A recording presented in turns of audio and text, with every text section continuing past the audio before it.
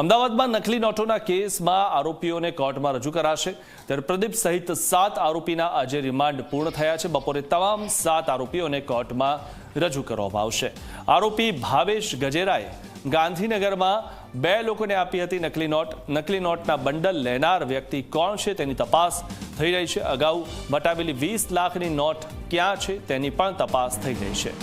તો આ તમામ લોકોને આજે રજૂ કરવામાં આવશે। ભાવેશ ગજેરાએ ગાંધીનગરમાં 2 લોકોને નકલી નોટો આપી હતી અને તમામ 7 આરોપીઓને કોર્ટમાં રજૂ કરવામાં આવશે।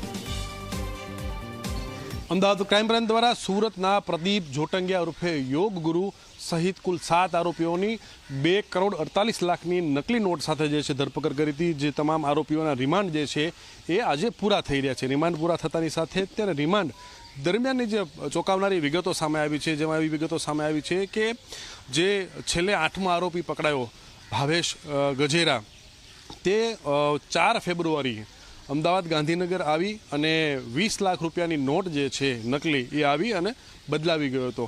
જે નકલી નોટ એણે આપી હતી ગાંધીનગરના એસપી રિંગ રોડ ખાતે કોઈ 2 વ્યક્તિઓને આપી હતી। ત્યારે અમદાવાદ ક્રાઇમ બ્રાન્ચે રિમાન્ડની અંદર આ તપાસમાં સામે આવ્યું છે। ત્યારે હવે અમદાવાદ ક્રાઇમ બ્રાન્ચ જે 2 વ્યક્તિઓ પાસે નોટ બદલાવી તેને શોધી રહી છે। 20 લાખ રૂપિયા કબજે કરવાની કાર્યવાહી જે છે એ પણ હાથ ધરી છે। તો આવનારા સમયની અંદર જે છે વધુ આ કેસની અંદર અન્ય આરોપીઓની ધરપકડ જે છે એ થઈ શકે છે। સાથે તે આજે 2:30 વાગ્યાની આસપાસ જે છે એ આ તમામ આરોપીઓને કોર્ટમાં રજૂ કરી અને વધુ રિમાન્ડ માંગે છે કે પછી જ્યુડિશિયલ કસ્ટડી થાય છે એ જોવું રહ્યું। ત્યારે આ કેસની અંદર વધુ ધરપકડ અને વધુ નકલી નોટ જે છે કબજે થઈ શકે છે। કેમેરામેન શૈલેષ બગડા સાથે ઉદયરંજન, ઝી મીડિયા, અમદાવાદ।